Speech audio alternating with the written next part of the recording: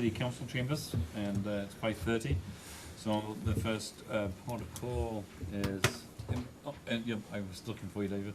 Invocation by David Voss of Bethel Church, followed by the Pledge of the City Council chambers, and it's 5:30.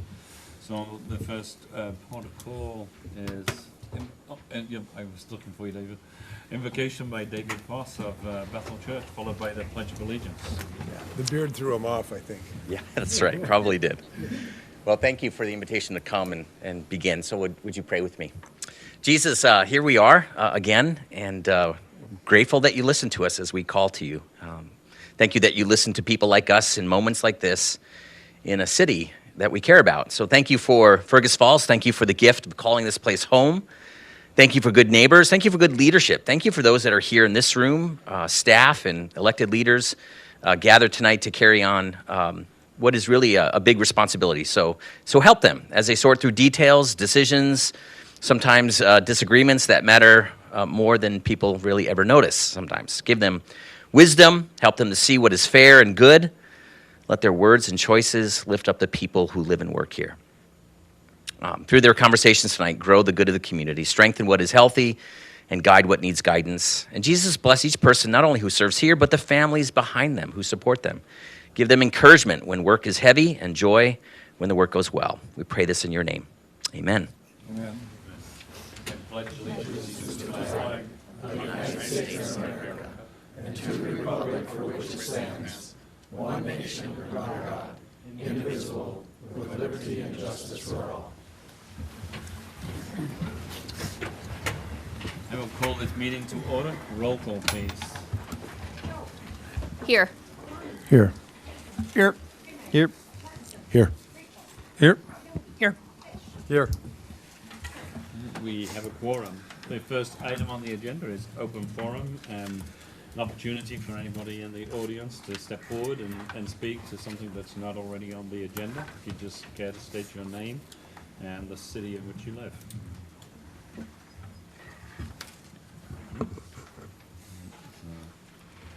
With that, the next item is the approval of the agenda. Councilmember Layton has asked for items 3, 4, 5, and 6 to be moved to obviously ordinance and resolutions. And are there any other changes that you know of? Your Honor, could we just talk about the stoplights a little bit at the end of the meeting? If it just, there's a lot of questions out there I'm getting calls on. I thought we better just bring it up. Yeah, we actually have that under Is it? miscellaneous announcements. Oh, no, okay, announcements. Okay, thank you. With that, would you care to make the? I will, yes. Thank you. Scott, would somebody care to second it? Your Honor, if you speak in your microphone, I'll make a second. It got moved. I'll make a second, thank you. Thank you, Mark. Roll call, please. Just all those in favor say aye. Aye. All those against? Hearing none, the agenda is approved. There are no public hearings tonight. There are no bids to award. The next item on the agenda is a proclamation declaring November 29th, 2025, a Small Business Saturday and temporary renaming Lincoln Avenue as Candy Cane Lane Day. So declaring Saturday 29th of 2025 a Small Business Saturday and Candy Cane Lane Day in Fergus Falls, whereas Small Business Saturday, a national movement celebrated the Saturday after Thanksgiving, encourages citizens to shop small and support local businesses that are the heart of our community. And whereas the Fergus Falls Area Chamber of Commerce has partnered with the city to host a celebratory ribbon-cutting ceremony to officially inaugurate the temporary name change of Lincoln Avenue to Candy Cane Lane and kick off the holiday shopping season. And whereas the Fergus Falls Events Committee is dedicating to fostering community spirit through engaging seasonal events, including the annual Over the River Festival on Saturday, December 13, 2025. And whereas this temporary renaming and celebration is intended to generate excitement, draw residents and visitors to the downtown area, and highlight the importance of shopping locally during the holiday season. And whereas it is deemed appropriate to temporarily rename a portion of the city's main street to create a festive, welcoming, and memorable event environment for the special day. Now, therefore, I, Anthony Hicks, Mayor of the City of Fergus Falls, by virtue of the authority invested in me, do hereby proclaim that on Saturday, November 29, 2025, the main thoroughfare known as Lincoln Avenue shall be temporarily renamed and officially referred to as Candy Cane Lane. I call upon all citizens and media outlets to recognize this temporary name change on this day and to participate in the festivities by enthusiastically supporting our local small businesses along Candy Cane Lane and throughout the entire city. In witness whereof, I have hereunto set my hand and caused the seal of the City of Fergus Falls to be affixed this the 17th day of November 2025. I think, obviously, as much as anything, it is important that we remember that not only is this the holiday season, but it is also kind of one of the main revenue times for our small downtown businesses and local business in general. We don't necessarily need to buy from Amazon if we can buy it locally. And, people say Fergus doesn't have this store or that store, but the only way that those stores can survive is if people shop at them locally and don't go to Fargo. So I encourage everybody to go downtown Saturday. And the Over the River event is obviously finalized with the tree lighting and fireworks. And it's a good time to have fireworks because it's dark at 5 o'clock at night and you can see them. And so for those of us that go to bed early, you can get to see the fireworks. So, Your Honor, can I add one thing to that? sure. Thank you for doing that. The other thing I'd like to draw attention to in regards to small businesses, Pink Friday, which is this Friday, and that's when people shop small first. And so on top of Small Business Saturday, which comes the day after Black Friday, which many of us know, this Friday is Pink Friday, and I would also encourage people to support that in our downtown businesses this Friday. Thank you. With that, we move on to the consent agenda. The first item is a motion, obviously approving the minutes from the November 3rd, 2025 City Council meeting and the November 12th, 2025 Committee of the Whole meeting. A motion approving licenses, an updated version was on your desk. A resolution approving change order number 1 for PI 9776, the Otter Tail Valley Rail Crossing Project in the amount of $8,226.71 and changing the substantial and final completion dates.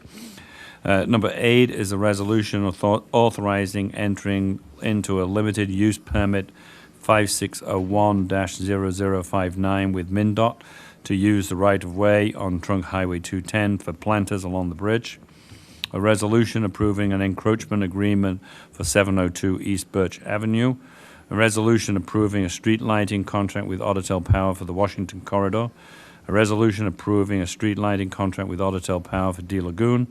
And a motion setting a public hearing for the vacation request from Richard and Catherine Larty and directing the city attorney to draft a variance ordinance. With that, I'm looking for somebody to offer that resolution. I'll make the resolution. Thank you, Mark. Seconded by Scott Rachels. So roll call, please. Yes. Yes. Yes. Yes. Yes. Yes. Yes. Yes. The consent agenda items are hereby approved. Obviously, item 3, resolution certifying delinquent special assessments. Over to Mark. Yeah, we can handle all 3, 4, 5, and 6. I've had some great conversation with Bill. This is more, I think, procedural. If Bill would help us understand, these are delinquent items owed to the city of Fergus Falls that haven't been paid by various taxpayers or fee payers. And we, in essence, are not charging them off. We're handing them up to the county. So, Bill, would you help us? Sure, thank you. Yeah, so each year we come to you at this meeting in November to bring the bills we're going to certify. When we say that, what we're doing is we're putting them on next year's tax statements. So we will continue to collect anything here through the end of the year, and then we will get these off to Otter Tail County, and they'll add that to next year's tax statement, so then we'll collect those amounts. They become a lien on the property is what they do. So you're seeing special assessments here, utilities. You're seeing an extra report this year for the garbage that's now billed on the accounts receivable system that was always historically on utilities. So now basically for utilities, we have 2 reports in here.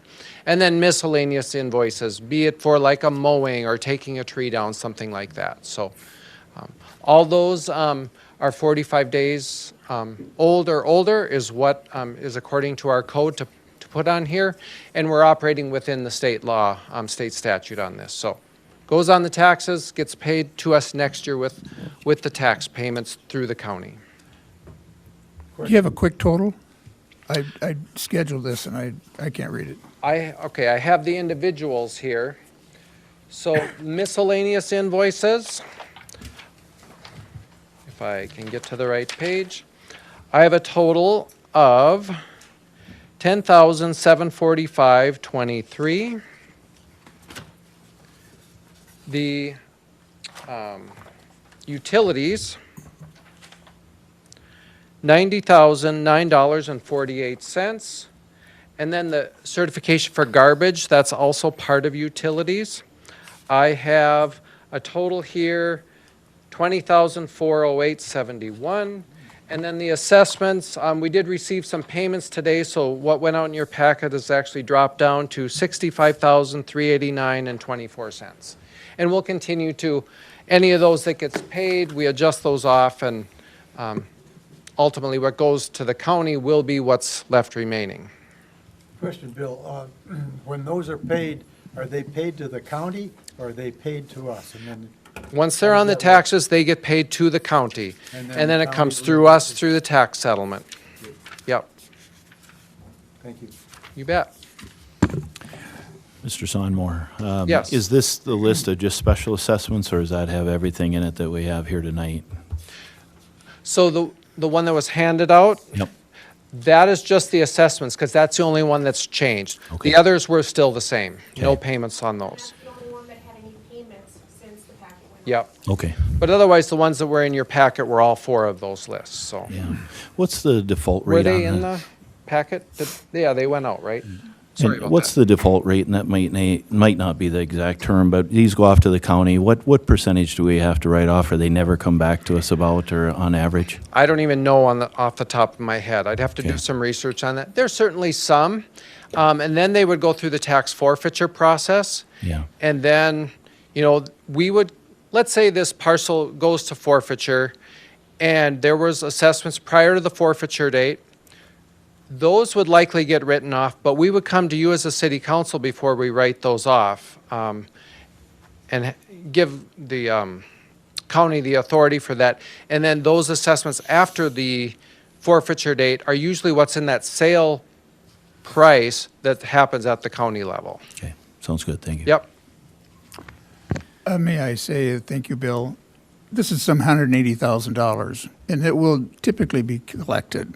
Yep. There are some people who go for foreclosure, but if this is on their real estate taxes and there's a mortgage on the property, there's typically going to be an escrow on real estate taxes and insurance. So these are more likely to be collected than not. It's a great platform for us. And again, $180,000 is a lot of money for the city. Thank you very much, Bill. You bet. With that, Mark, would you care to make the resolution to offer them? I will make that resolution. Thank you. Thank you, Mark. And would somebody care to second that? I'll second it. Thank you, Jim. And obviously, we'll do a resolution encompassing items 3, 4, 5, and 6. That obviously they are certified as delinquent assessments. So with that, we're going to do them all as obviously one item. So with that, roll call, please. Yes. Yes. Yes. Yes. Yes. Yes. Yes. Yes. The resolution is approved certifying the delinquent accounts. The next item on the agenda is a resolution approving a $25,000 contribution to the Humane Society of Otter Tail County capital campaign for their facility expansion. If someone would care to make a resolution in a second, then we can have any discussion on it. I will offer that, Your Honor. Second. second. Oh, thank you, Jim, and I don't know which one you wanted first. No, let Scott have it. Scott Kwame. Because we hadn't had Scott Kwame for a while. Obviously, it's out there. Any questions? Thank you, Your Honor. I would like to specifically address the citizens and the taxpayers of Fergus Falls. For nearly a decade, I've addressed this council and past mayors on fiscal responsibility. I introduced the need to focus on primary fundamentals of city government, which is police, fire, water, sewer, storm, and streets. I was elected in 2024, and my focus remains that, fiscal responsibility. I was proud to be named on the levy and the budget committee, and at my very first meeting, I indicated no real estate tax levy for '26.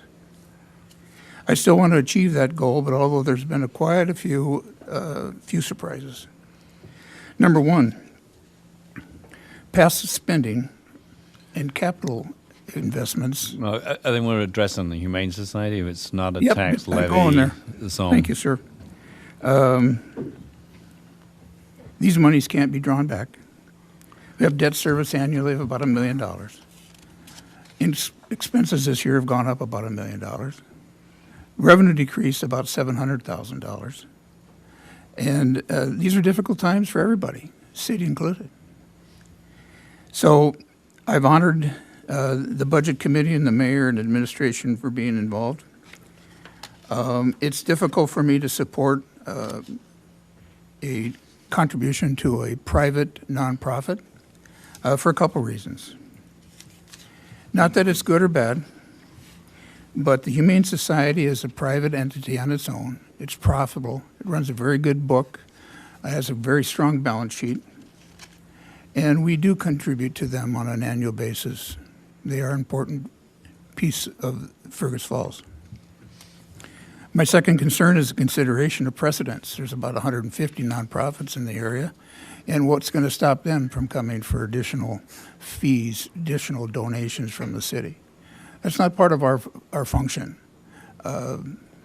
It's a very well-run organization, and I don't really think they need a capital improvement from the city. The solution would be that the business development of Fergus Falls, if they need to do some gap financing. I understand the last committee of the whole meeting, they weren't interested in that, but it would still provide them some funding for interim construction. And on a final note, as already recapped, we are challenged with huge changes this year, and I'm going to try to fight to keep that levy level. Other communities are going in from 8 to 19%, and real estate taxes in Fergus Falls now are in the top 20% per capita in the state of Minnesota. So for full transparency to the community, the taxpayer, I don't believe this is a fundamental, this is not a fundamental purpose of the city to help them build their capital. They're beautiful buildings. So I rest my case. Thank you. Thank you, Mark. I would just add to that obviously the Humane Society does serve a public safety, and that's part of their role. Over 50% of the animals that do go into the Humane Society come from Fergus Falls, and obviously, you know, as Mark said, they have been judicially responsible for their monies, and one of the reasons that they didn't start the build project last year was because they hadn't raised sufficient money. And, you know, I think that, you know, we shouldn't penalize an organization for kind of being responsible with their money. And the fact that they do serve, obviously, the majority of animals in Fergus Falls. And if we as a community had to deal with stray animals, then we would be adding considerable costs to our residents. At the moment, obviously, we pay them $12,000. This would be $25,000 towards their capital campaign as a one-time payment. We obviously have the funds available today in the economic development budget, so I would urge the council to obviously vote in favor. So with that, roll call, please. Oh, did you have something? Well, I appreciate it, Your Honor. I don't think anybody here is against the Humane Society, and I won't be tonight. As an individual contributor to them and a business owner that's contributed to them, I want them to be very successful. I think where this council has done its best work is when, and I think the vote will go through tonight, I'm not here to jeopardize that, but I think where we've done our best work is when we look at something a little bit bigger and then kind of dial back down to how do we want to go forward with this in the future. And I think what I look at with this is when private nonprofits come to us to have a donation or help from the city or different things like this, how does this council want to address that? Because there may, oh, go ahead, Rolf. There's this thing called the public purpose expenditure statute that we have to look to state law whether we can even contribute to such things, like the Humane Society. Humane Society is specifically authorized by state statute that it is an entity or an organization or a concept that we can contribute towards. Boy Scouts of the United States, Girl Scouts, no, we can't. So there, unless it's authorized by state law, we can't even look at it. So, I mean, there's a pretty good listing of items that we can donate towards, but it's not every nonprofit, Yeah. not churches, you know, it's just, it's pretty limited. Yeah, I appreciate that, Mr. Nicomo. So the question goes back to, when we have one of these where we're authorized to give to, how does this council want to address that? How do you want to look at that? How do you want to come to a conclusion for that? If it's where you just want to kind of throw it out and say, hey, let's vote, this is one I like or I don't like or different things, I guess that would be at the will of the council. I would like to see us, Your Honor, get something a little more just kind of, this is how we go about this, whether that is something where we look at the need along with the ability to do it, if we look at the financials to be able to do it, if we look at, is it a contributor to the city as we do it, but I think some framework would help us as a council going forward with this. And the thing is I have to be able to go back to my constituents and say, hey, we're authorized to do it through Mr. Nicomo, but they're going to ask, what was the need? What was the need for it? Why did we go about doing it? So I would ask this council to start that discussion a little bit of where we want to go with that for this council in the future, because like I said, sometimes we do our best work when we just kind of discuss it a little bit, but I don't think anybody's here to hammer the Humane Society today. Thank you, Mike. So, whether we can come up with either a document or something. I would like to mirror that comment from Councilmember Mortensen. It would be nice to see financials and see what the actual need is, because there, you know, there's profits there, and there's some substantial profits, and it would be nice to have it brought forward to see I would what it correct was. to say that there is nonprofits. I talked to Chris on Friday after, obviously, Councilmember Layton brought it to my attention, and you know, they obviously started to fundraise for this expansion in 23 with the goal of starting the project in 24. And they did not raise sufficient funds, so they put the project on hold till 25, and they reduced their need.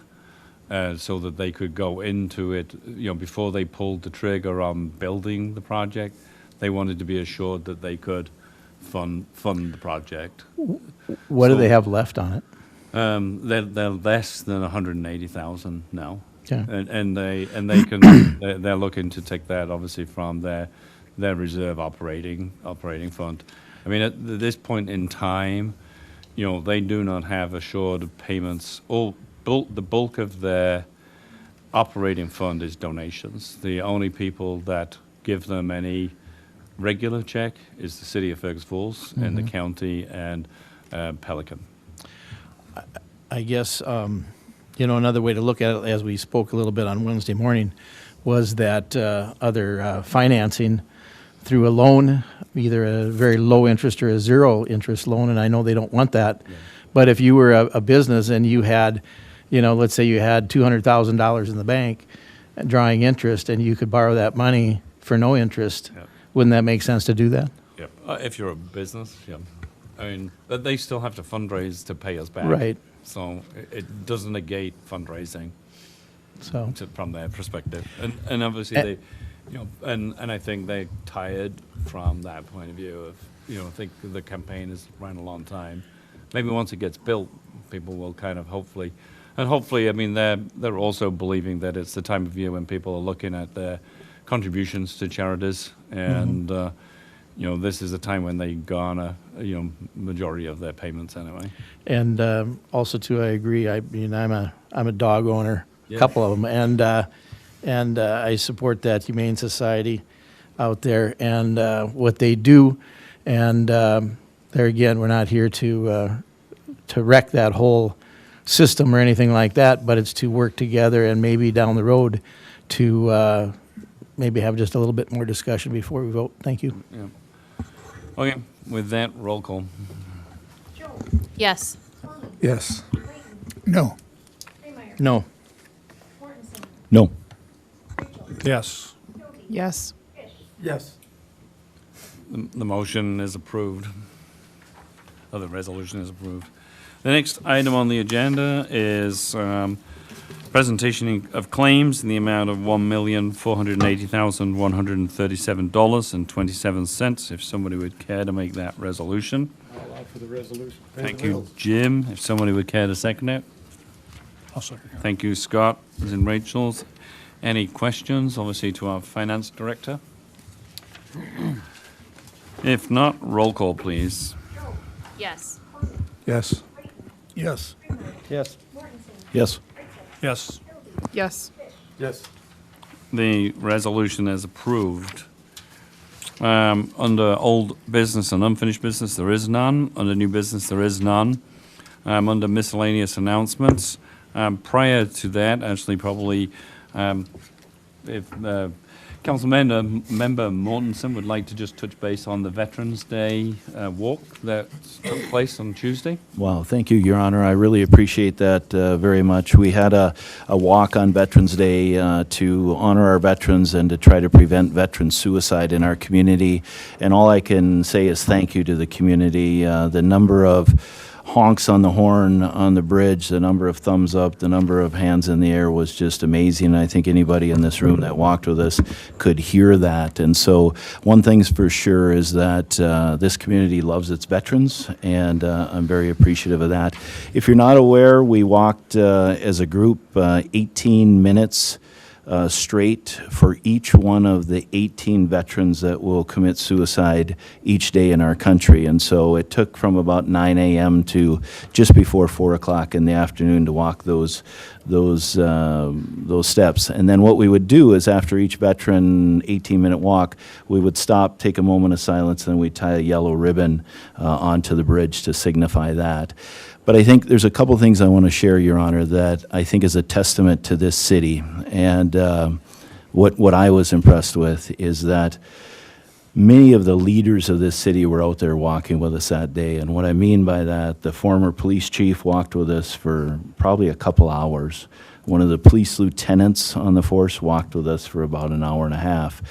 The city administrator and his wife came down there and walked with us. The chief for the fire department walked with us. So what this tells me is the upper brass and the people that run this city, they care about our veterans, and that meant a lot to me, and it meant a lot to some of the other veterans that were there that day to see that. So I thank them for doing that. I want to just give two quick stories just to show how important this walk is. One of them was, as soon as I started at 9 a.m., I was by myself, and there was a lady that pulled over and ran down there. And she ran down to me and she said, "What are you doing? What are you out here for? What are you doing?" I thought I might get yelled at right away, you know, carrying the flag and the Marine Corps flag. I wasn't sure. And I said, "I'm walking for the 18 veterans that'll take their life today, but I'm also going to tell you only, I'm also walking for the Marines that were lost in combat when I was a Marine." And I tell you what, the tears started to run down her face as she stood there, and she said her husband was from Vietnam and that she really appreciated what we were doing. And she walked with us for a while, then she left, and then she came back and walked with us again. So I want to thank her for that. The last thing was amazing to us too. We were on the 18th veteran when we were walking, and I seen a guy coming down the street from Fleet Farm, and he starts with his hazard lights on in his car, and I thought, uh-oh, what's going on here? And this guy was an elderly gentleman. He gets on the bridge as we're coming with the colors the other way coming towards him, and he stops his car, he puts it in park, and he gets out of his door on his car, and he stands there giving a salute as that flag walked by. And I tell you what, that was one of the most touching things I've ever seen, and if that veteran is listening tonight, I want to thank you again, sir, for what you did. He stopped traffic, saluted the American flag as it went by, and I said to him, I said, I thank you for that. It was one of the greatest things I've ever seen. Now I said, get in your car. You need to get going because the cars are coming. And he says to me, you know what? It was worth it. It was worth it. So this community, I want to thank you so much for supporting this. I want to thank you so much for thinking about veterans. You have to remember that Fergus Falls has sent a lot of people to combat in Iraq. The National Guard Red Bulls came out of Fergus Falls, and 20 years ago to the date, they were sent into Iraq to shore up the Marines, and it was a very difficult task for our community members that did this, and I honor all of them. So we'll be out there next year doing it again. I know the city administrator said he will be there, and I appreciate everybody, and I appreciate your time just talking about it, because it's a passion, and I really appreciate it. Thank you, Mike. Your Honor, one more point. We also need to give appreciation to the Viking Cafe. They brought hamburgers and French fries and drinks, so that was awesome. Thanks, Pat. Thank you. And then miscellaneous announcements is obviously the pilot project for the four-way stops at Lincoln and Court Street and Lincoln and Mill Street. And we'll be discussing this on December 1st. And just to clarify that the Union and Lincoln lights that have been on four-way stop, I think, are now done.